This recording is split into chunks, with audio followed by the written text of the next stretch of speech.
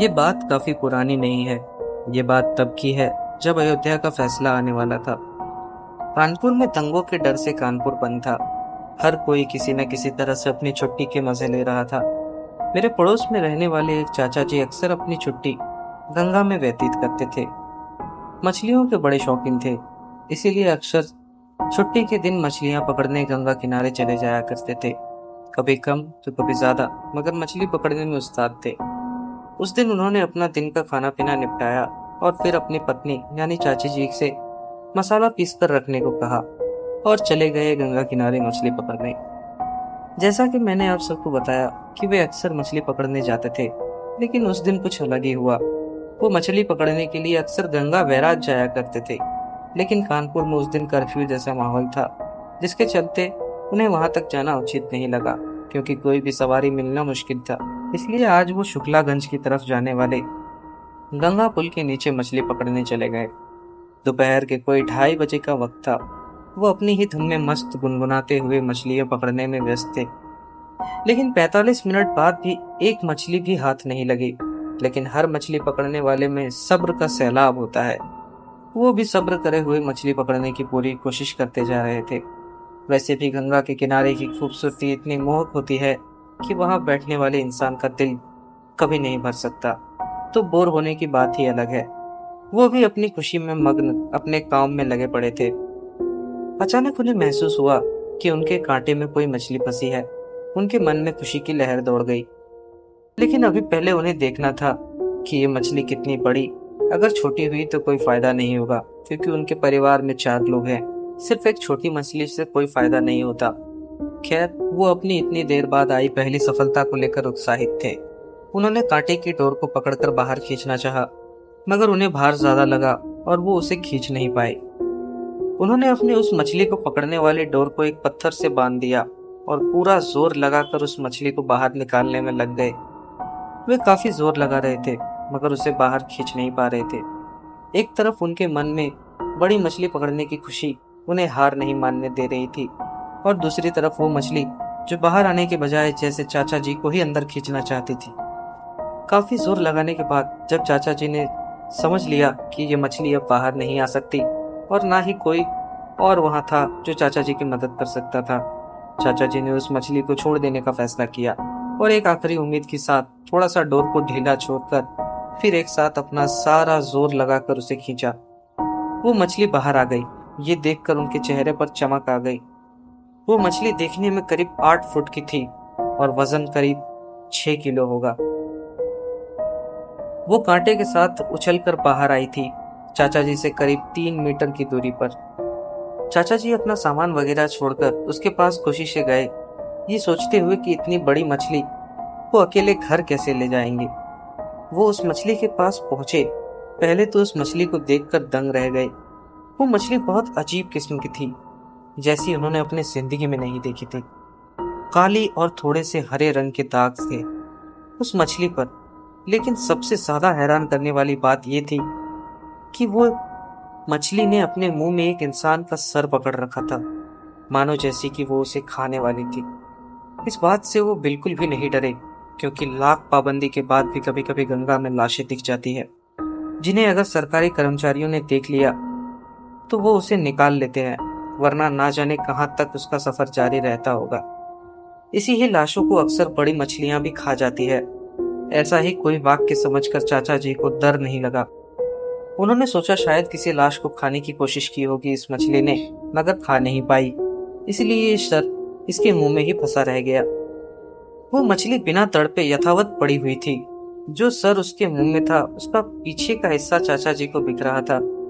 मछली की पड़ताल करने के लिए चाचा जी ने पहले धागा खींचा। दोस्तों, जैसा कि आप लोग जानते हैं, मछली पकड़ने पर कांटा हमेशा उसके मुंह में होता है, तभी वो पकड़ में आती है। लेकिन इस मछली को वो कांटा उसकी पूंछ में लगा था।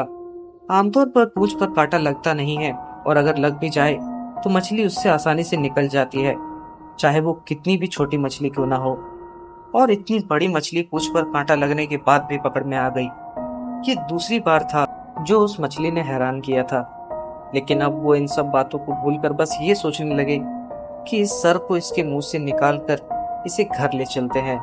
उन्होंने मछली को पलट दिया अब उस मछली के मुंह में फंसे उस सर का चेहरा चाचा जी की तरफ हो गया। देखने से लगता था कि वो किसी सादा उम्र वाले व्यक्ति का सर नहीं था और ना ही लाश ज्यादा पहले गंगा में फेंकी गई होगी। उस सर का चेहरा सही सलामत था। वो उसे निकालने की कोशिश करने लगे। फिर उन्होंने सोचा कि सर को हाथ लगाना ठीक नहीं, इसलिए उन्होंने अपने छोटे से थैले में से जो मछली पकड़ते वक्त जरूरत का सामान रखते थे, एक छोटा सा चाकू निकाला। उन्होंने सोचा कि मछली के मुंह से थोड़ा सा काट कर फैला दिया जाए तो वो सर बाहर निकल जाएगा, जिससे वो वापस गंगा में फेंककर मछली लेकर चलते बनेंगे। जैसे ही उन्होंने वो चाकू मछली के मुंह पर रखा, उस चेहरे ने आंखें खोलकर चाचा जी की तरफ देखा। एक पल को दोनों ही नजर मिली। ऐसा दृश्य देखकर चाचा जी की आंखों के आगे अंधेरा छाने लगा और वो झटके से पीछे हटे और खूब जोरों से चिल्लाते हुए अपना सारा सामान छोड़कर अपने घर की तरफ दौड़ पड़े। उनके घर से गंगा घाट की दूरी कोई 1 किलोमीटर है। इतनी दूरी उन्होंने दौड़ते हुए तय की और वो घर पहुंचते ही घर में गिरकर बेहोश हो गए और वो कपड़ों में ही मलमूत्र त्याग कर चुके थे। उस वक्त उनके डर की सीमा कोई नहीं थी। घर में हाहाकार मच गया। पड़ोसी घर में मधुमक्खी की तरह जमा हो गए। किसी को कोई अंदाजा नहीं था कि उनके साथ क्या हुआ है, इसीलिए सब ज्यादा परेशान थे। बच्चे बड़े हैं उनके, जहां डॉक्टर ने कोई सदमा या डर बेहोशी की वजह बताया। ये सुनकर सब हैरान थे कि इन्हें किस बात का सदमा लगा है जिसके कारण ये बेहोश हो गए, और सब मिलकर केवल उन्हें होश में आने का इंतजार करने लगे। करीब 8 घंटे बाद उन्हें होश आया।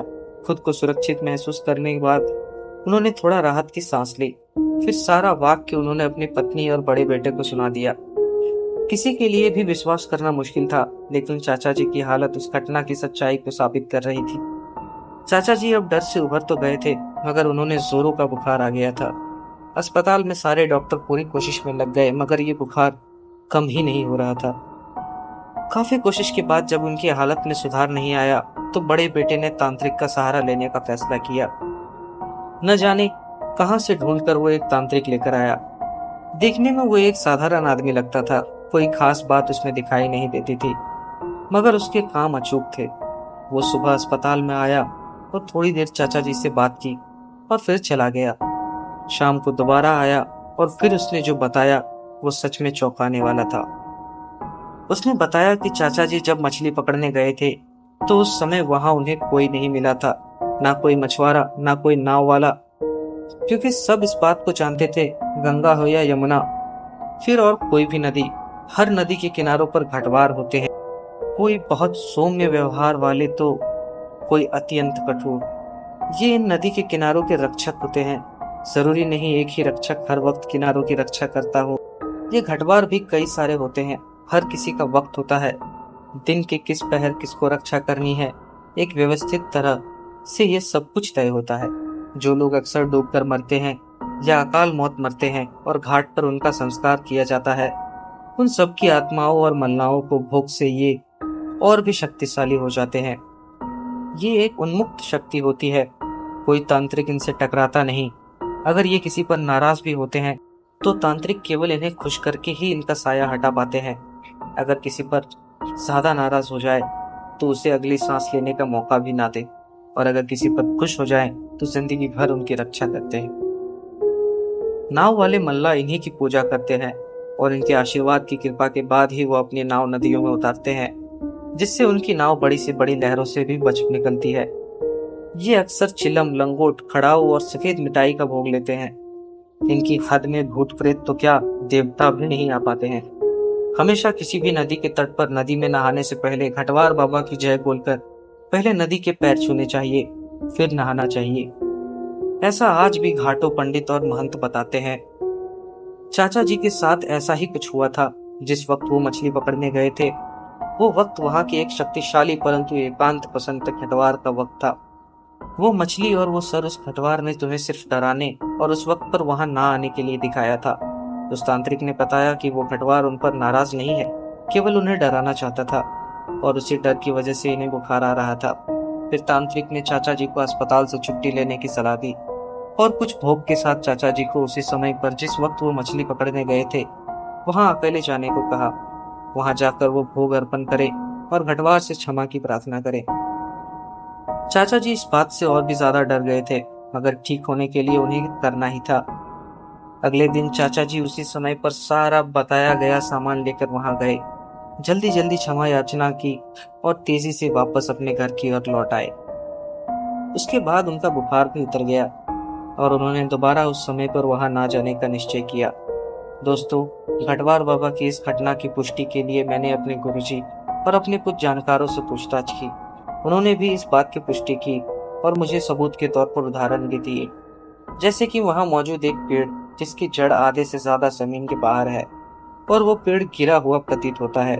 उसकी डालें गंगा नदी के पानी को छूती हुई। जो कोई भी उसे पहली बार देखता है उसे इस बात का अचंभा अवश्य होता है कि ये पेड़ तो लगभग गिरा हुआ है, तो फिर हरा कैसे है? इसे तो सूख जाना चाहिए, लेकिन वो हरा सिर्फ वहां मौजूद खटवार बाबा की कृपा से है।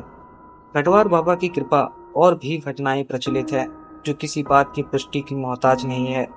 खटवार दुष्टों को सजा भी देते हैं और मजबूरों की मदद भी करते हैं। आज की ये कहानी यही समाप्त होती है। कहानी को पूरा अंत तक सुनने के लिए आपका बहुत बहुत धन्यवाद। मेरा नाम है अजय और आप सुन रहे थे आत्मकथा। अगर आपको ये कहानी पसंद आई, कृपया चैनल को सब्सक्राइब कर लें। मिलता हूँ आपको अगली वीडियो में, तब तक के लिए अलविदा।